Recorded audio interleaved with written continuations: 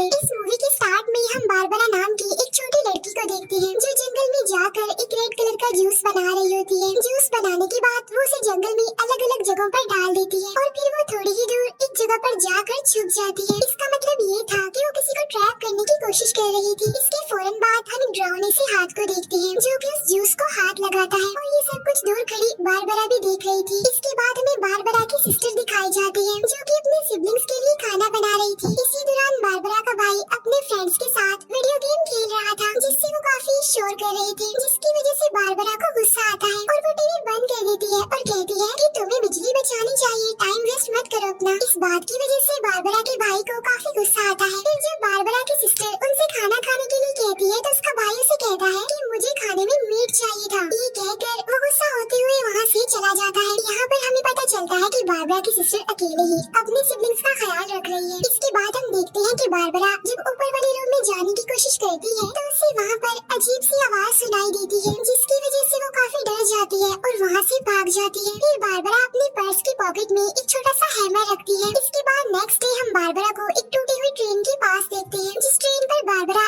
एक साइन बनाती है। इसके बाद वो एक बीच पर चली जाती है जहाँ पर सोफिया नाम की एक लड़की आकर बारबरा से बात करने की कोशिश करती है, लेकिन बारबरा उसकी बातों में इंटरेस्ट नहीं ले रही थी और उस लड़की से काफी रूडली बात कर रही थी। फिर नेक्स्ट डे जब बारबरा स्कूल जा रही होती है तो उसे सोफिया एक बार फिर से मिलती है और वो बारबरा को उसके साथ बस में बैठने के लिए कहती है, लेकिन बारबरा उसे साफ इनकार कर देती है। इसके बाद जब बारबरा स्कूल पहुंचती है तो वो अपने बनाए हुए साइंस को काउंट करने लगती है और उसे ऐसा करता उसकी क्लास टीचर देख लेती है। इसीलिए वो बारबरा का पीछा करती है क्योंकि बारबरा तो काफी अजीब ही बिहेव कर रही थी। इसके बाद बारबरा जब लंच कर रही होती है तो उसके पास एक लड़की आकर उसे बुली करती है और उसे परेशान करने की कोशिश भी करती है। तब इस बात से परेशान होकर बारबरा उसके हाथ पर स्पिट करती है जिसकी वजह से उस लड़की को काफी गुस्सा आता है और वो बारबरा को मारने लगती है, लेकिन तभी बारबरा की टीचर उसे अपने पास बुला लेती है जिसकी वजह से वो बच जाती है। फिर बारबरा जब अपने टीचर के पास जाती है तो उसकी टीचर तो उससे काफी अच्छे से बिहेव करती है और वो बारबरा से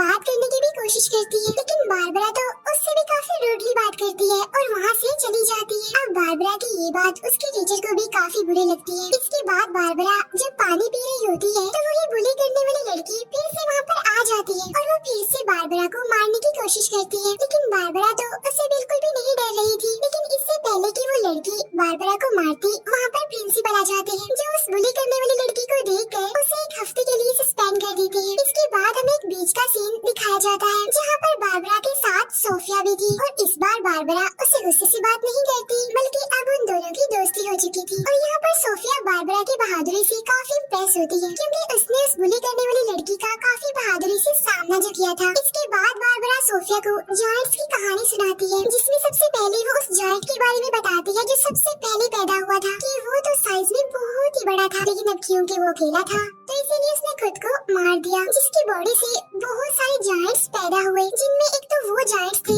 जो बर्फ में रहते थे, दूसरे वो जायंट्स थे जो एक ही दफा में बहुत सारे लोगों को मार देते थे, तीसरे जायंट्स वो थे जो बच्चों के खून से नहाया करते थे और एक जायंट्स वो भी होते हैं जो तुम्हें तभी नजर आते हैं जब बाकी जायंट्स तुम्हारे आसपास आने वाले होते हैं और इनसे भी खतरनाक होते हैं टाइटन्स जिनकी सिर्फ आवाज सुनकर ही इंसान कांप उठे। अब बारबरा की बातें सुनकर सोफिया काफी डर जाती है। बारबरा उसे ये भी बताती है कि इन सब जायंट्स को पकड़ने के लिए मैं एक ट्रैप भी बनाती हूँ ताकि मेरे ट्रैप में वो जायंट्स फंस जाए और मैं उन्हें मार सकूँ। इसी दौरान बारबरा उसे अपनी पॉकेट में रखे हुए छोटे से हैमर के बारे में बताती है कि वो हैमर जायंट्स की हड्डियों से बना हुआ है जिसकी मदद से वो सारे जायंट्स को मार डालेगी। अब यहाँ पर हमें पता चलता है कि इस हैमर को तभी निकालना है जब उसकी जरूरत हो।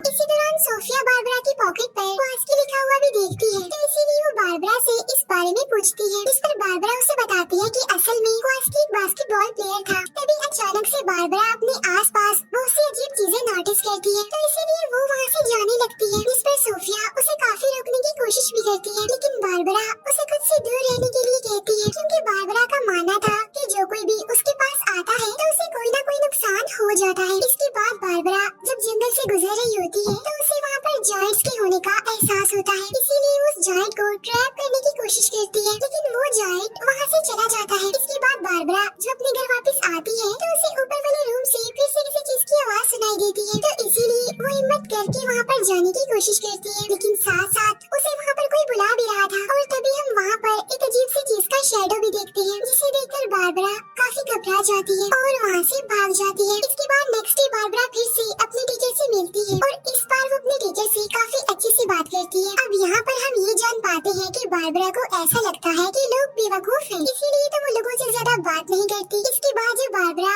स्कूल में होती है तो बाय मिस्टेक उसकी वो पॉकेट खुल जाती है, वही पॉकेट जिसमें उसने वो हैमर रखा हुआ था। अब ये देखकर बारबरा काफी घबरा जाती है, क्योंकि उसे तो तभी खोलना था जब उसकी जरूरत हो। अब बारबरा जंगल की तरफ भागने लगती है, तब सोफिया उसे देख लेती है और वो भी उसके पीछे पीछे भागने लगती है। जंगल में जाकर बारबरा जब जायंट्स को ढूंढ रही होती है तो सोफिया उसे काफी समझाने की कोशिश करती है कि देखो ऐसी कोई भी चीज नहीं होती, लेकिन बारबरा उसकी बात नहीं मानती। इसके बाद उन्हें हिरन का मरा हुआ बच्चा मिलता है, जिसकी बॉडी की हालत काफी खराब थी, जिसे देखकर बारबरा तो समझ जाती है कि इसे जायंट नहीं मारा है। लेकिन सोफिया ये देखकर काफी डर जाती है और वो बारबरा को अकेला ही वहाँ पर छोड़कर भाग जाती है। इसके बाद बारबरा को एक जायंट दिखाई देता है, जो उसे बताता है कि तुम एक बच्ची हो और बहुत कमजोर भी, इसीलिए तुम अकेले जायंट्स का सामना कभी भी नहीं कर पाओगी, क्योंकि जायंट्स बहुत जल्दी आ रहे हैं। तब ये सुनकर बारबरा काफी घबरा जाती है। इस नेक्स्ट सीन में हम बारबरा और उसकी टीचर को देखते हैं और जब उसकी टीचर बेसबॉल गेम का नाम लेती है तो बारबरा काफी दुखी हो जाती है और रोने लगती है। अब उसकी टीचर उससे बात करने की काफी कोशिश करती है, लेकिन बारबरा वहाँ से जाने लगती है। अब उसकी टीचर उससे बार बार सवाल करने लगती है, जिसकी वजह से बारबरा को काफी गुस्सा आ जाता है और वो अपनी टीचर को स्नैप कर देती है और वहाँ से भाग जाती है। इसके बाद हम देखते हैं कि बारबरा अपने ख्यालों में इतना ज्यादा खोई होती है कि जब सोफिया उससे बात करने की कोशिश करती है तो बारबरा उसे भी पंच मार कर गिरा देती है। अब इस बात की वजह से सोफिया को बहुत गुस्सा आता है और वो वहाँ से भाग जाती है। इसके बाद बारबरा जब अपने घर जाती है तो उसकी सिस्टर उसका अजीब बिहेव देखकर उससे कहती है कि मैं तुम्हारी हेल्प करना चाहती हूँ, अगर तुम्हें स्कूल में कोई परेशान करता है तो तुम उसका सामना करो। लेकिन बारबरा उसकी भी एक बात नहीं सुनती और वहाँ से चली जाती है। अब क्योंकि बारबरा ने सोफी को पंच मारा था, इसीलिए वो बुली करने वाली लड़की सोफिया को बारबरा के खिलाफ भड़काती है और उससे बारबरा का सीक्रेट भी पूछती है। तभी सुनकर सोफिया उसे उसी बीच पर ले जाती है जहाँ पर वो अक्सर बारबरा के साथ आया करती थी। वहाँ पहुँचकर वो बुली करने वाली लड़की उन सारे ट्रैप्स को तोड़ देती है जो बारबरा ने बनाए थे। तभी बारबरा भी वहाँ पर पहुँच जाती है और वो उस बुली करने वाली लड़की को वहाँ पर देखकर काफी गुस्सा होती है। बारबरा उसे मारने के लिए अपना वो छोटा सा हैमर निकालती है, जिसे देखकर वो लड़की काफी हैरान रह जाती है, क्योंकि वो तो सिर्फ एक छोटा सा हड्डी का टुकड़ा था। लेकिन इससे पहले कि बारबरा कुछ समझ पाती, वो बुली करने वाली लड़की उसे पंच मार कर गिरा देती है। तब उस लड़की की बाकी फ्रेंड्स भी बारबरा पर अटैक कर देती है और उसे इतना मारती है कि बेहोश कर देती है। इसके बाद जब बारबरा की आँख खुलती है तो वो खुद को अपने ऊपर वाले रूम में पाती है, जिसकी वजह से वो काफी डर जाती है। वो देखती है कि रूम के बाहर सोफिया खड़ी हुई है और वो उसे पूछती है कि तुम मुझे यहाँ ऊपर क्यों लेकर आई हो, तुम्हें पता नहीं यहाँ पर जायंट्स हैं। ये सुनकर सोफिया डर जाती है और वहाँ से भाग जाती है। इसके बाद बारबरा डरते हुए अपने घर से बाहर आकर अपने टीचर के पास जाती है, जहाँ पर वो अपने टीचर से बात करने की कोशिश करती है, लेकिन उसकी टीचर उसकी बात पर ध्यान नहीं दे पाती, क्योंकि वो अपनी फैमिली के साथ बिजी होती है। तो बारबरा उसे कहती है कि सब मरने वाले हैं। तब ये सुनकर उसके टीचर का हस्बैंड काफी गुस्सा हो जाता है। बारबरा की टीचर भी ये सुनकर काफी हैरान रह जाती है और उससे बात करने की कोशिश करती है, लेकिन बारबरा उसकी कोई भी बात सुने बगैर वहाँ से चली जाती है। इसके बाद हम देखते हैं कि बारबरा जायंट्स को पकड़ने के लिए अकेले ही जंगल में भाग रही होती है और वो एक जगह पर अपने आसपास नुकीली लकड़ियाँ लगाती है। इसके बाद वो जायंट्स के आने का वेट करती है। इसके बाद हम देखते हैं सोफिया को जो अपने टीचर के पास जाती है और उन्हें लेकर वो जाती है बारबरा के सिस्टर के पास, क्योंकि बारबरा 2 दिनों से स्कूल नहीं आई थी। अब ये सुनकर बारबरा की सिस्टर काफी हैरान रह जाती है। इसके बाद सोफिया बारबरा के घर के अंदर जाती है, जहाँ पर उसे एक टेप रिकॉर्डर मिलता है, जिसे सुनने पर उसे पता चलता है कि क्वास्की ने एक टीम को हराया था और जिस टीम को उसने हराया था उसे जायंट्स कहते थे। क्वास्की यानी वही जिसका नाम सोफिया ने बारबरा के पॉकेट पर भी देखा था और ऐसा होने के बाद ही क्वास्की का नाम जायंट्स किलर पड़ गया। इसके बाद हम देखते हैं कि सोफिया जब बारबरा से मिलती है तो बारबरा उस पर काफी गुस्सा करती है, क्योंकि सोफिया ने उसे धोखा दिया था और ये जो सब कुछ हो रहा था वो सोफिया की वजह से ही हो रहा था। और अब तो बारबरा के पास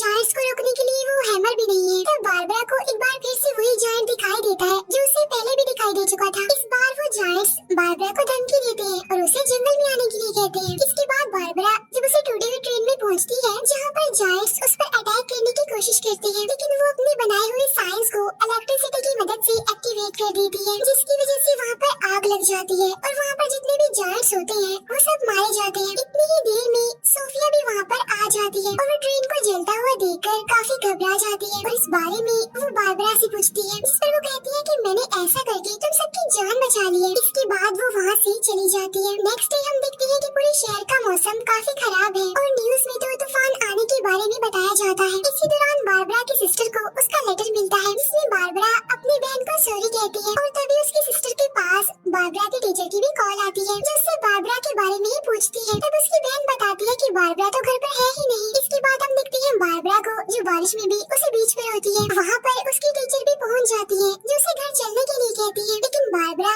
उनके साथ चलने के लिए इनकार कर देती है और कहती है कि मुझे अपना काम खत्म करना है क्योंकि वो आ रहे हैं, यानी जायंट्स आ रहे हैं और मेरे पास उन्हें रोकने के लिए हैमर भी नहीं है। अब यहाँ पर हम देखते हैं कि बारबरा की टीचर बार बार उसे उसकी मदर की याद दिलाती है और उसे घर चलने के लिए कहती है। यहाँ पर हम जान पाते हैं कि असल में बारबरा की मदर बीमार है, इसीलिए तो उसकी टीचर उसे इस चीज का सामना करने के लिए कहती है। लेकिन हर बार की तरह बारबरा इस बार भी वहाँ से भाग जाती है। फिर वो एक बीच के किनारे पहुँचती है जहाँ पर उसे सोफिया मिल जाती है। उस टाइम बारिश भी काफी तेज हो रही होती है। बारबरा सोफिया को वहाँ पर बने एक छोटे से घर में छुपा देती है और खुद वो अकेली ही जायंट्स का सामना करने के लिए बिल्कुल तैयार हो जाती है। और जब एक जायंट बारबरा पर अटैक करता है तो उस टाइम उसे अपनी पॉकेट से एक लाइट निकलती हुई दिखाई देती है और जब वो उस पॉकेट को खोलती है तो उसमें से एक हैमर निकलता है जो कि असली का था। फिर वो उस जायंट को कहती है कि तुम मेरी मदर को कभी भी नुकसान नहीं पहुंचा पाओगे। फिर बारबरा उसे हैमर से उस जायंट पर अटैक कर देती है जिसकी लाइट से वो जायंट इंजर्ड हो जाता है। इसके बाद हम देखते हैं कि वो जायंट बारबरा से बड़े ही प्यार से कहता है कि मैं तुम्हारी मदर को नहीं बल्कि तुम्हें लेने आया हूँ यहाँ पर। अब ये बात सुनकर बारबरा काफी हैरान होती है और उससे कहती है लेकिन मैंने तो तुम्हें हरा दिया। अब यहाँ पर बारबरा को ये बात पता चलती है कि वो चाहकर भी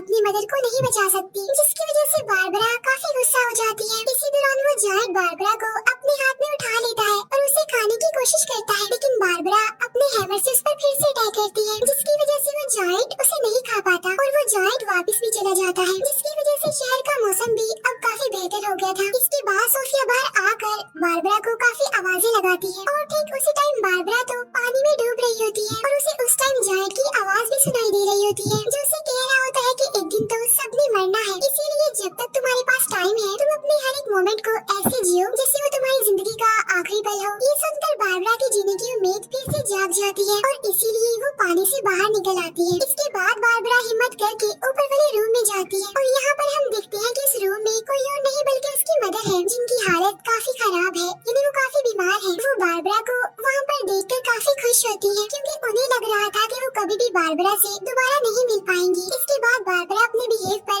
अपनी मदर से माफी मांगती है। इसके बाद हमें कुछ दिनों बाद का सीन दिखाया जाता है जहाँ पर बारबरा की मदर मर चुकी थी, जिससे बारबरा काफी दुखी होती है और रोने लगती है। इसके बाद जब वो अपने रूम में होती है तो उसे बाहर से किसी की आवाज सुनाई देती है और जब वो विंडो से बाहर देखती है तो वहाँ पर कोई और नहीं बल्कि वही जायंट था जो शायद बारबरा को देखने आया था, ये चेक करने के लिए कि बारबरा उसकी मदर के मरने के बाद ठीक है भी या फिर नहीं। तब बारबरा इमोशनल होते हुए उसे बताती है कि मैं बिल्कुल ठीक हूँ। इसके बाद वो जायंट वहाँ से चला जाता है और ये मूवी यहीं पर एंड हो जाती है।